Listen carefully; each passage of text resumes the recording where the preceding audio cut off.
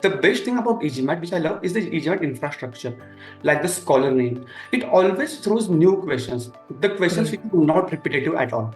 So Okay. it was always like when I was doing the hard quizzes, I was always facing with the new questions. So that really helped me to like improve my score or like my timing ability of solving such questions.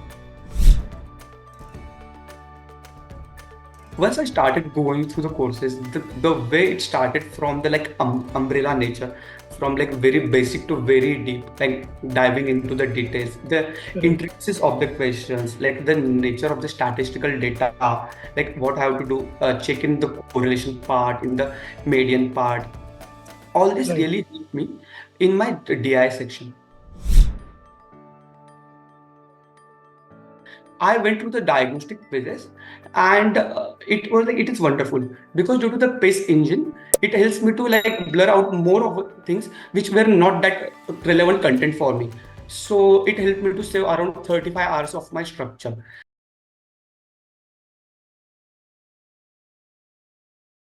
Hello, everyone, and welcome to another debrief session with me. My name is Dhruv. I'm one of the strategy experts and mentor at eGMAT. With me, I am pleased to introduce Shreyas, who recently scored a 675. Shreyas scored a Q90, which is a rare phenomenon and which is not a mean feat. And Shreyas must be proud of it because Quant was his strength and he played to his strengths really well. So Shreyas will certainly speak about that. Shreyas scored a DI 82, which is a 93rd percentile in DI, which was an unknown territory to a lot of people who were preparing for the GMAT Focus edition. Shreyas will speak about that as well.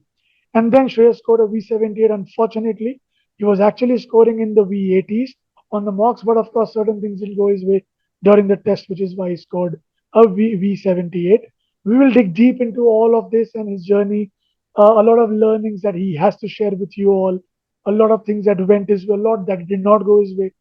Shreyas is here to share everything with all of you here, with all the GMAT aspirants, so that you benefit from his learnings in your journey and succeed. So let me welcome Shreyas here. Shreyas, welcome to this session. Thank you so much for doing this. How are you? Hi, Dhruv. Thank you so much for a warm welcome. Yeah, it's like fine. It's feeling fantastic after scoring 675. Like I spent 2-3 months on the eGMAT portal, and now I'm feeling that yeah, like all the efforts have it helped me to score some good score, and like I can get into Right, some good college after that. right, right. Yeah. Thank you.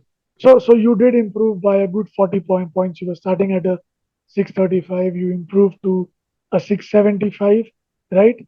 Yeah. But before we enter, you know, your GMAT journey and go back in time and discuss, how we did things, can you just share a bit about yourself, a bit of your background, academic and professional? Yeah. So my academic background, I have done my BCom and MCom in masters. Along with that, I have pursued professional degree of chartered accountancy. Post my CA journey, like I completed 2 years of work ex with Deloitte, and then I started with my GMAT prep. Why Right, right. That's perfect. So you're already a CA, right? And yes, that's fantastic. Not a lot of CAs come here and do what you've done, right? So it's again yes, a very good achievement, and I must congratulate you for that as well. So Shreyas, when you say you're a CA and you still want to do the MBA, right? yes. First question is, what prompted you to do an MBA? Why an MBA? Because you're already a CA. Yeah. So like the thing is like I had 2 years of work ex, more in that M&A tax background. And so while I was working in the M&A tax background, I understood the importance of the deals, the transactions which are happening. And for the chartered accountants, the role mainly involved in the post-transaction structuring or in the structuring of the transaction. But I understood from my clients and like while talking with other IB personals that doing an MBA will help me to gain an entry into the that consulting side of the M&A deals where I can be involved in from the very initiation or the origination of the deals. And this Right. fascinated me a lot, and that's why I think I'm thinking of pursuing an MBA. So, Shreyas, the first step in this journey is to find the right course that fits you. How Yeah. did you land up at eGMAT? Yeah, so like there were a couple of my seniors who were gone through the eGMAT course first. Like I had word with them, and they said eGMAT's verbal and DI is really best. And I was looking for some class where I like some course where I which can help me to improve on the verbal and DI part at the best, because I know this quant was my strength, but I wanted something which will help me in the my verbal and DI prep.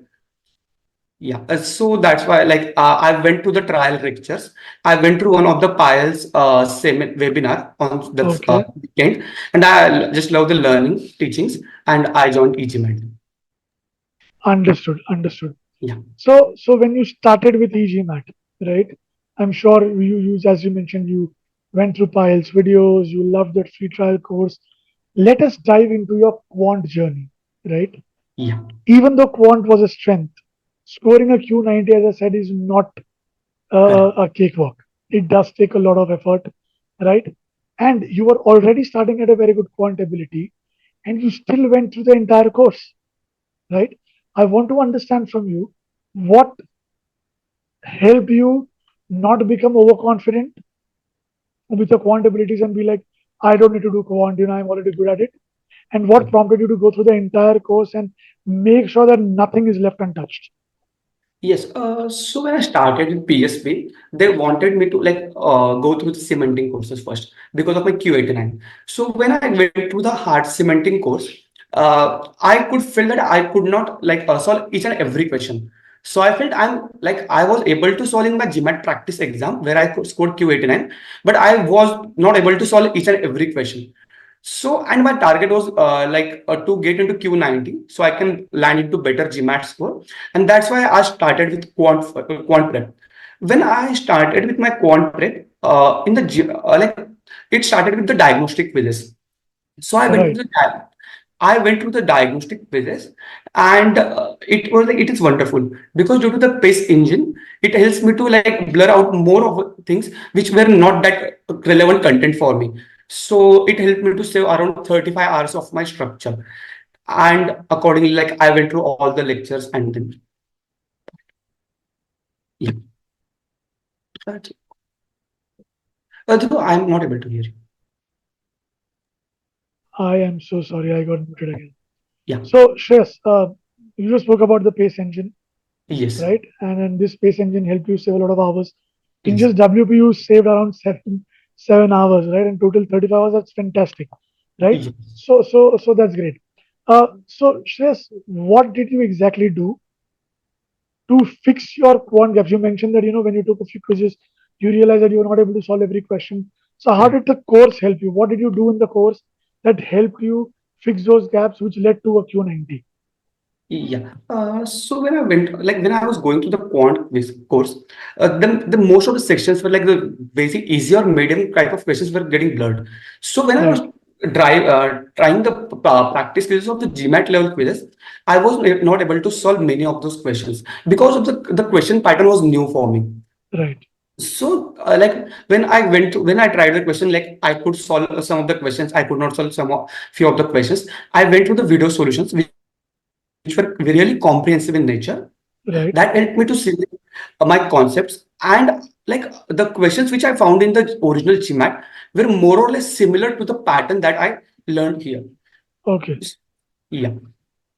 Uh, understood, Furthermore, my suppose to give an example, my number system was not the strongest area of for right, me compared to algebra or arithmetic. So I took more than five or six number quizzes of the hard right, nature, and it gave me immense confidence that I can solve such questions as well. right, Further, similar for the probability and PNC, where I did that last in my 11th and 12th. Post that right, I couldn't like solve such questions because of the time gap. Then I went through the entire portion and then the cementing quizzes, which helped me a lot to gain such confidence and which helped me in the DI section as well for the data sufficiency part for the probability questions. understood, understood. That's fantastic. So can you share any strategy that somebody can use to try and score a Q90 on the test? Because as I said, it's not just about the abilities, it's also about what you do on the test day, how you keep yourself calm, how many questions should you try to get correct. Of course, for a Q90, mostly people need to get everything correct, right? So did you also get everything correct? Yes, I got all the questions correct. Uh, Okay, yeah. So what strategy helped me? There's LNP program. You were my mentor, right, and you gave me a strategy that I should not spend more than 3 minutes on a question. right, So I followed the same during my entire mock journey right. as well in my official exam, original exam. So the mock questions in the eGMAT portal for quant section are a way tougher or way challenging than the actual GMAT. So I like when I gave the very first mock, I could not solve like more than 18 questions correctly. Okay, And like because I was not following the time. I was like right, taking my own sweet time, solving it appropriately, like attempting the question again and again to recheck if I'm doing it correct or not. Not right, showing enough confidence in my abilities that I will able to solve this question in the very first attempt. right. So due to such thing, like I couldn't solve the all the 21 questions in the first go in the time limit. So like I went through the three questions again post my like while doing the mock analysis, and I understood all these questions were solvable. Right, they were challenging, but they were not like I couldn't solve in the exam. So Right. all such tough questions in the all the five mocks helped me to like manage my time effectively. Okay. Sometimes it lowered my confidence that I'm not able to solve all the questions in the math, which is my Right. strongest section. Then I went to the semantic pages again, gave some of the sectionals for the mock, which is newly launched product, and then also the like chapter wise test, which Right. helped me to like cement my concepts. And like also there were the best thing about eGMAT, which I love, is the eGMAT infrastructure, like the scholar name. It always throws new questions, the questions Right. which are not repetitive at all. Okay. So it was always like when I was doing the hard quizzes, I was always facing with the new questions. So that really helped me to like improve my score or like my timing ability of solving such questions. So in the actual exam, what I did, like I was like having that like eye on the timer that I don't want to spend more than 3 minutes in a question. So like for the first 16, 17 questions, I could solve them more or less correctly in the 2 or 3 minutes thing. Or like if first initial few questions in the 1.5 minute, but the later questions in like 2.5 minutes. But when I went to the 18, 19 question, they were on a slightly tougher side. Like I could found like two questions were new for me that I did not encounter in my eGMAT portal. But for the 19 questions, they were the exact replica. So I could solve the 19 questions very appropriately because I attempted them in eGMAT. For those two questions, like for the first question, I spent around more. I spent around 5 minutes, but I wasn't Okay. able to that crack that question. Like I was like scratching my head, what should I do? What should I do? And then I was started feeling some pressure. Like I have to Okay. get all the 21 questions correct. But like I marked something. I went to the next question, marked two questions correctly, and for the last question as well, same thing happened. So I marked that question as well, like any random thing. Then I went to the 17 number question. I Okay. spent 1 minute, or like as discussed with you, like spend some time and I watch the question and try thinking in your mind, what should I do? What should be my approach? Before directly jumping into the like solution part. So Right. like I gave a look at the question, and in the next 30 seconds I was able to solve that question because of the 5 minutes I spent, as well as the strategy that I have to look at the question and solve it on his merit without like threatening, like I won't be able to Right. solve out, like without feeling any pressure. So I changed the answer of those two questions and I got all the 21 questions correct. Right. Right. Yeah. These are some small strategies that really go a long way. Right. So I Yes. hope people have made a note of this. Fantastic. While you were speaking, I was just showing people your grades, and your grades are fantastic, indicating how diligent you were, majorly A grades. I also showed your Scholar England stats, which showed that Shreyas was always ready to go and score a Q90, right? We will discuss about your mock scores a little later. But let's get into your DI section Yeah. preparation. How nervous or anxious were you with the DI preparation, and what challenges did you face initially? Yeah. So like initially when I joined eGMAT, I started with my verbal course. I was not very diligent initially. So Yeah, like I started with my verbals, like master comprehension, I completed master comprehension. I was in between the CR part, and then suddenly I jumped out to DI.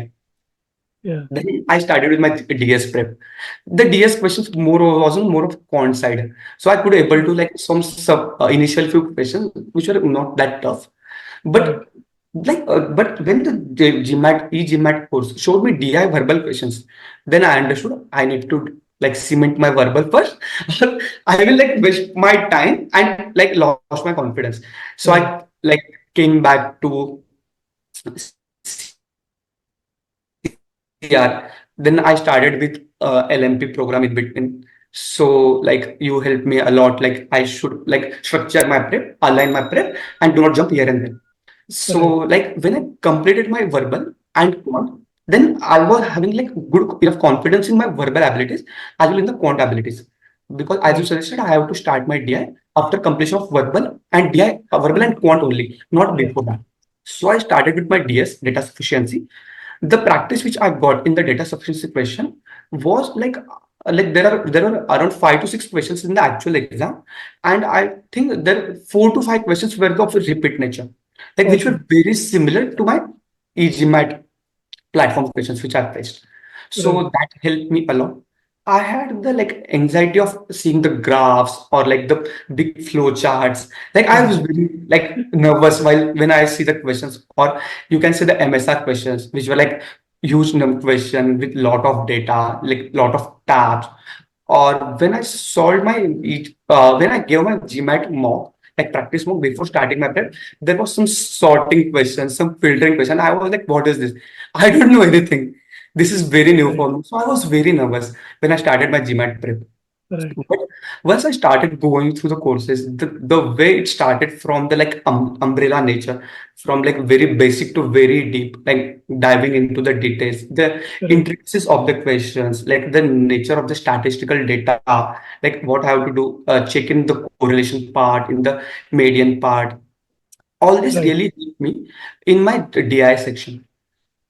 So like DI course, like when I went through the mocks, like every question was very new to me. Right. Like because of the variety of the GMAT, eGMAT portal and the eGMAT infrastructure, it always shows you the new questions.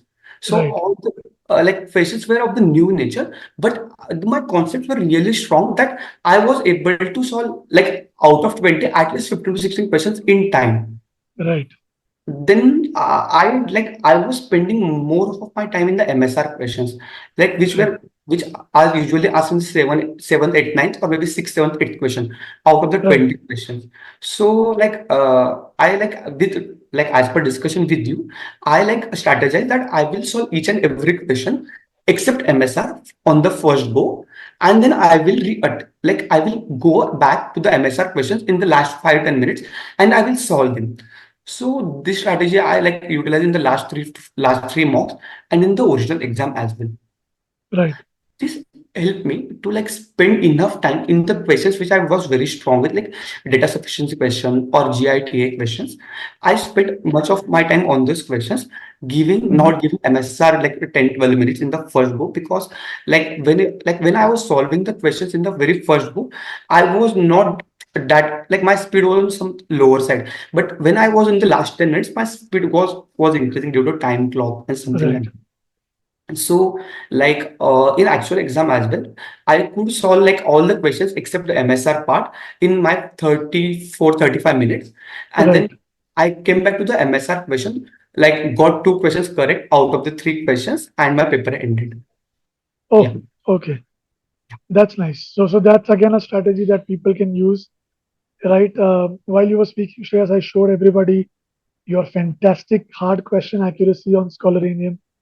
You Yes. were actually destined to score more, right? Do you think anything uh, happened during the test that you couldn't score an 83? Because I remember on one of the mocks you also scored an 86, Yeah, DIT. which is rare in DI. Yeah. You were so Uh, good. So I was confident enough in DI that I will be able to score more.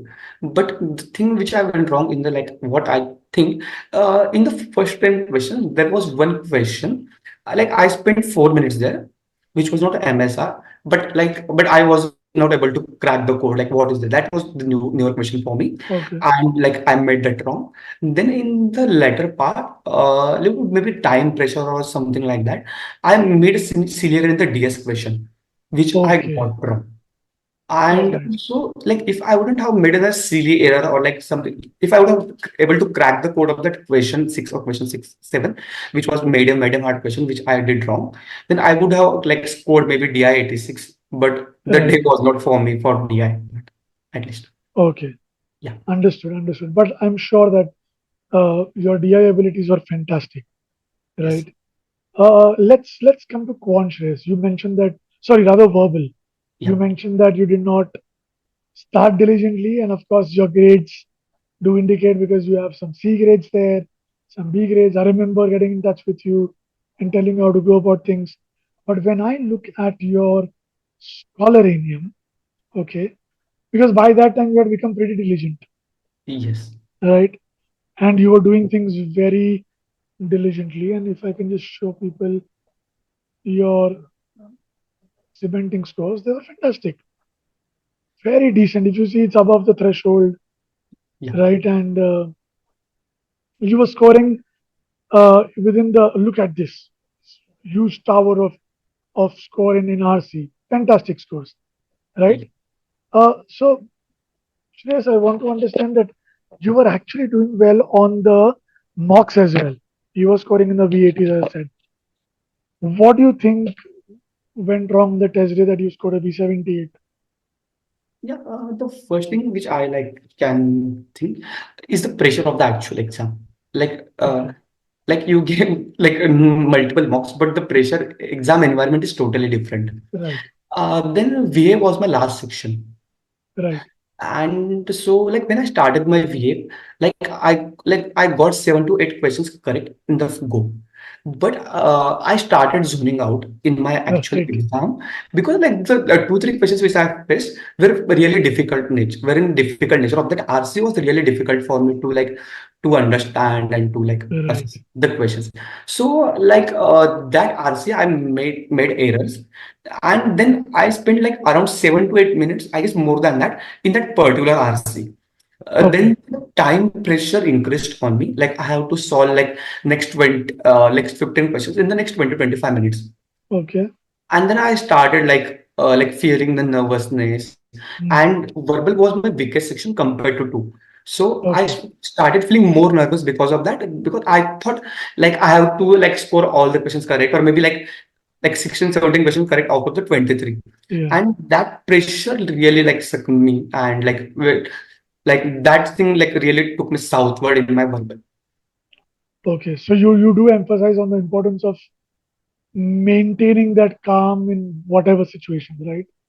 Yes, like if I would have been like calm and composed, like if I like what I used to do in my mocks, whenever I see a very tough RC, then I used to just mark 2 3 like any random answer for that question. Do not Hmm, spend like not spending more than 3 4 minutes, and then solving all the questions correctly.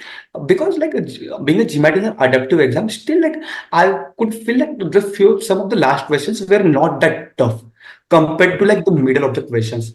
So I was like, if right, I solve like last questions as well correctly in the time when I used to like wanted to devote to that 8 9 10 questions which were tougher in nature, then still I was scoring decent. But I didn't like didn't that do well in my actual exam because of the pressure or exam environment where I wanted to solve right, each and every question correctly. My right. time management went havoc, and like I could not perform that well in my room. Understood, understood.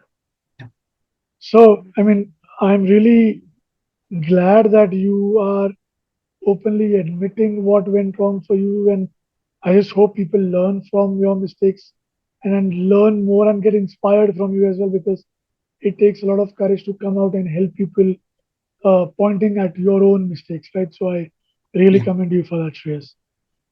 Let's move to the mock stage, right?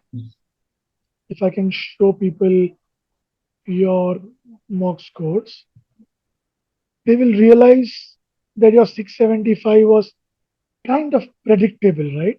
Yeah. 675, 675, a little blip, which is very normal, Yeah. right? 635, then a 675, then a 665. 65. You're Yeah. always right there, right? Yeah. Can you speak a little about how did these mocks prepare you to be confident of scoring a 675? Yes. So when I started with mocks, like I had that preconceived notion in mind. I should start with my weakest section. So that was Okay, verbal. Then took DI in between, and then to take the strongest section of quant in last. But I started with my verbal, and then I couldn't score well in that first mock in verbal. I scored decent in DI and decent in quants. A similar thing happened in the second mock as well. Then I had the chance to interact with you, where like you told me the adaptability nature of GMAT exam. Where if I like don't score well in the first section, subsection maybe, then like my top score falls down, and the DI and one will show me relatively easy questions, and my right, weighted average will drop down drastically. right, So like I changed my criteria. I started with Q, then DI, and then verbal.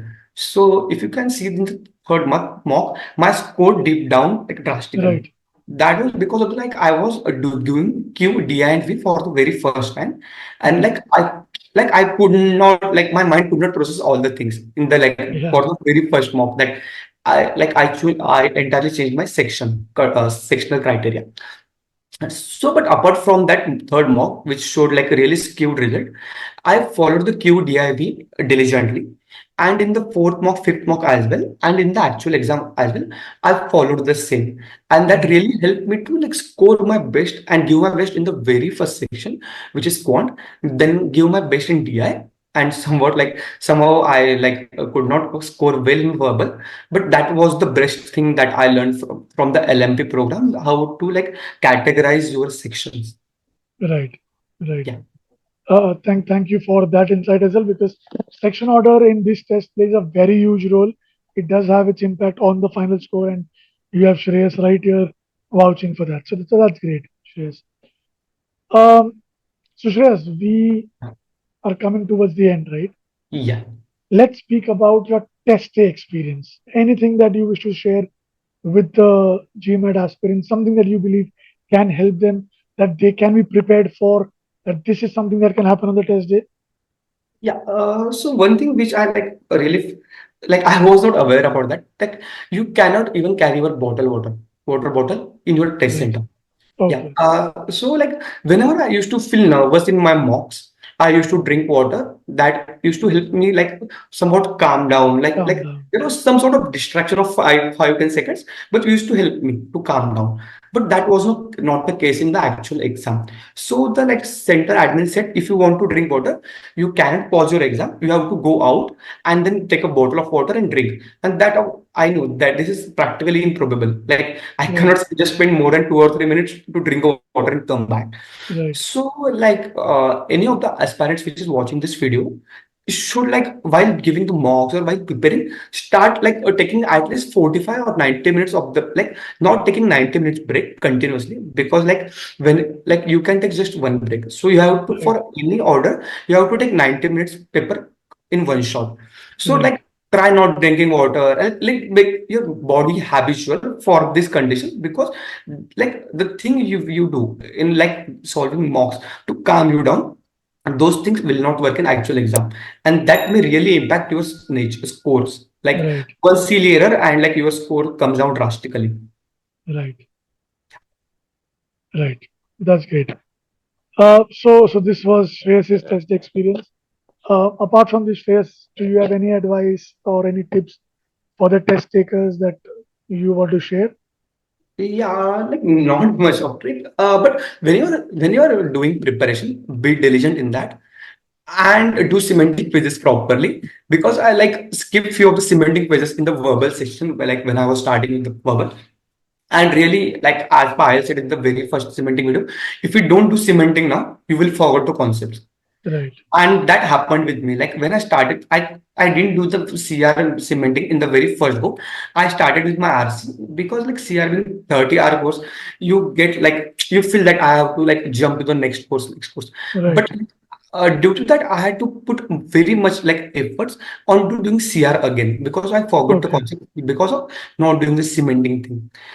Similar for the DI as well. Do not jump onto like one section to another immediately. Like if I like completed data sufficiency and I like initially like I want to go into DI, GITA, but that should not be the Right. case. Do cementing properly. That will help you. All right, Shreyas, thank you for all the tips and tricks that you've shared with everybody here. I'm sure a lot of people are taking a lot of inspiration from your journey and from a lot of learnings that you've shared with all of them. Thank you Mm. so much for doing this. Shreyas, on behalf of eGMAT, I wish you all the best for your next steps. And for the application process, please keep us posted because you would love to be a part of more success Yes. with you. And we are really happy and proud that we were a part of your GMAT journey and whatever we could, we did it and we could help you succeed. So thank you so much for doing this and we wish you all the best. Thank you so much, Drew, for everything for the LMP program and the way you helped me in the LMP in the last minute or any time that I should like I could be able to connect with you. I can share each and everything with you regarding my prep and other things that really helped me. EGMAT LMP is really good. That really helped me. Thank you so much, Thank Drew. you so much. Thank you so much, Reyes, for the kind words. Thank you. Yeah.